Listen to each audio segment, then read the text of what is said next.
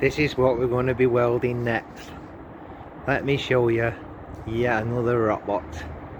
You may be asking yourself, where's this fucker keep pulling them from?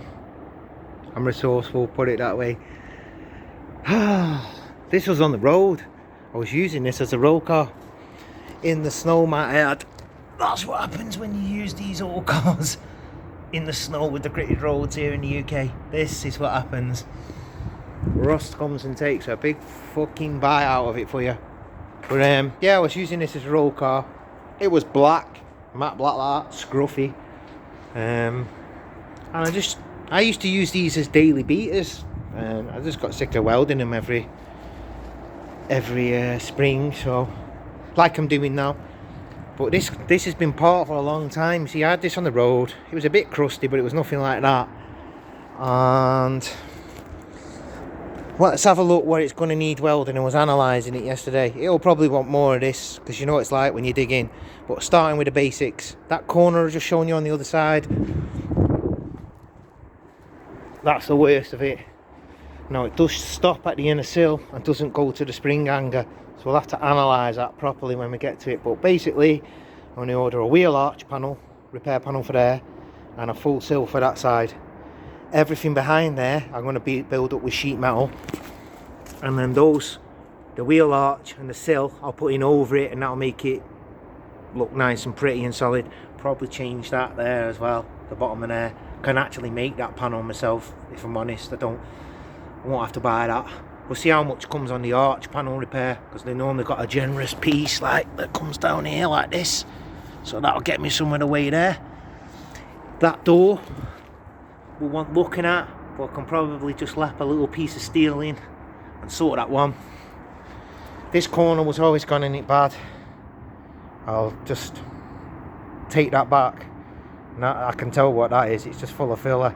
I'll be honest with you, I might just ram it full of filler again. We'll see, because I'm just going to have a bit of a laugh with this car. I'm not after a show car. I'm showing you all my shit first. I've actually got good cars, but I like shit, so you're going to look at shit with me, or just don't look at all. I ain't asked. Then you've got the bottom of that door. That's gone, but you can buy this. You can buy that as a repair panel, so that's no big issue. That sill, hitting it yesterday, it's pretty solid, believe it or not, and someone's already put an arch in. You see where they masked it off. So again, you got surface rust, but if you just that back, it's good. So we're good there. Sunroof's going to want a seal, and it's going to want seals all around. Interior's still rich, you know. It was bottle green once, and it was a 1.6 this. Well, it had the 1.6 in when I got it. Running and driving, MOT when I got it. This was about 7 years ago, and I drove it all through that winter, all through the summer, all through the next winter, and then the 2 winters combined killed it. Then I shoved it in storage for quite a while, because what I did was, the edge of this bonnet is going to want doing too. These are always gone Capris, but a bonnet ain't hard to find, but again, could repair that easy enough. Let's have a look what we're looking at underneath here. Fucking hell, I can't even remember how to open it. Let's run through this. We even got a bonnet catch. No, we don't have a bonnet catch. A bonnet rod, sorry. What I did here, years ago, about 7 years ago, I jazzed it back quick, this engine bay, pulled the engine out, and I want to just paint the engine bay, and I wanted a tatty looking car, but with a mint engine bay. So see how it all taped off years ago. And then it had the 1.6 in it, the fastest 1.6 Pinto I've ever personally had. The thing was rapid. I've never seen a 1.6 Pinto go so well. That's upstairs, that just wants a sort through. So I'm gonna get this engine bay done, get an engine back in it, and go around doing the welding. But I don't think I'm gonna put the 1.6 in. I've got some 2 litre race engines, and I've got some turbo engines. I'm gonna put one of them in it and just go bonkers. But the way this came to sit in this state, it got jazzed back and then all work stopped. I've always worked with a team of people. So affiliates, like, and they've got properties with they've got farms and stuff like that and work from the farms. And I did all the work here and had a team of people here. But then, this is when I ran a garage. I used to also ship a lot of it out to these affiliates. And talking about, well, the way this got parked is, you'll never believe this, but one of the fellas that worked for me, I won't go into it out of respect, but one of the fellas that worked for me loosely, and I used to send the car in once a month to him, customers' cars we pick up and sell. And I just say, I won't mention his name, but I used to say, can you just run through the welding on that? Then it'd come here, I'd paint it. Then they had people here that did sales for me, and we'd send these things out. It worked really well. Only that guy, his daughter got murdered. That's where things started getting parked. His daughter got murdered. I mean, brutally. There's no such thing as a non-brutal murder, but I mean, this was fucking brutal. By, you know, this was something horrible. So he drops off the radar, and that's one man down in my team. Obviously, he doesn't want to do this kind of thing anymore. It's changed him. It's gonna change you. Then I had a team of people that work here with me, and you know, just as we got this thorn in our side and struggling, one of those decides to commit suicide. Again, I won't bother mentioning the names or nothing like that. The family are probably watching. And he commits suicide. So there's another blow, another member of the team gone. Then this all happened in the space of 2 years. Then I was really close with him, personal friends with him, not just working with him. 1 month later, his widow came to stay with us, and she got back on her feet, me and my partner, my wife, and she got back on her feet.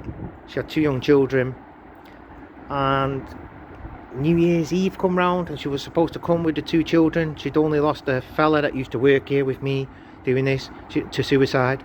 She'd only lost him 3 weeks previous, and on New Year's Eve, the son that he'd left behind, her son, who was only 7, had some kind of seizure in the bath and died on New Year's Eve. And the next day was his brother's birthday. You just cannot make up this stuff. So this was all very sad, but like, let's separate the garage and work from that kind of thing. The business doesn't recognize these things. So obviously now we're men down, and obviously my head just wasn't in this anymore. I can't even fucking look at this shit no more. I just couldn't do it. It's like I'd stand looking at something like this, and I'd hear the ghosts of fucking this person. It was fucking horrible. So I parked everything up. I started some new businesses. I started 3 new businesses, and for 2 years I poured my heart and soul into them. They had nothing to do with cars, and all this shit sat. Well, I tell a lie. It ticked over very, very, very, very slowly on the side with myself and another colleague I used to work with. Only 18 months after the first one that worked here committed suicide, he committed suicide. So now we've got one guy that works with us broken because he's a victim of murder on his daughter, and then we got 2 guys that work here who have both took upon themselves to commit suicide. Well, that was the end for me. Shut the garage completely, and I just couldn't look at these cars, couldn't do anything. And that's how I kind of, last year as the businesses took off and that, I kind of got back into it and was doing track days and stuff. But it was just me. There's no garage anymore, there's no workers, there's no nothing. But like now, 2025, moving forward, I've decided, you know, these bags of shit don't know nothing about that, and it's time to just get on with it again. So that's how some of the stuff's got stuck outside, and that's how all of a sudden going through it and getting it done.